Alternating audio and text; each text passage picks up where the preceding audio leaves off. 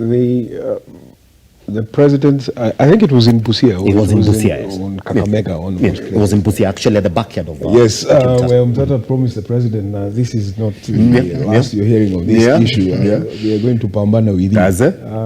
Now, what happened yesterday, I'm happy that I'm sitting between lawyers, and they should be able to sort of interpret sort of the nitty-gritties and the finer details of the ruling. Yes.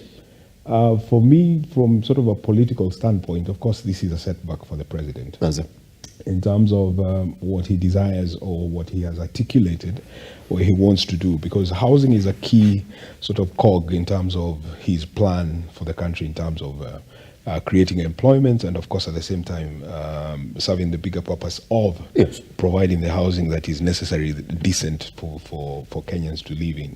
So in terms of what the import of this particular ruling, of course, we wait and see. You noticed that the court said you can continue collecting the levy.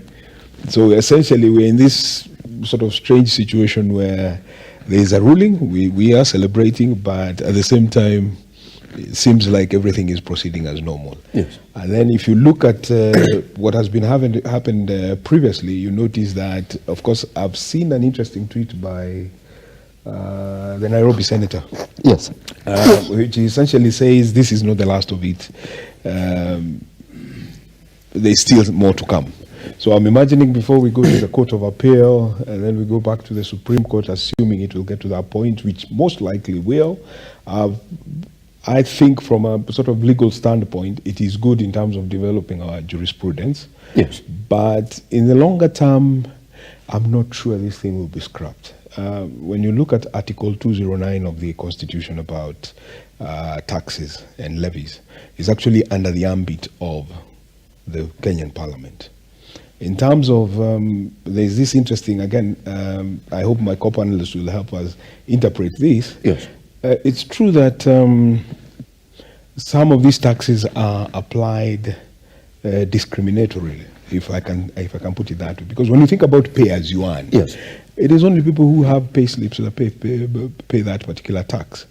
So in terms of how that argument about discrimination and not treating people the same, I think it's something that is, of course, going to be sort of heavily litigated in the courts.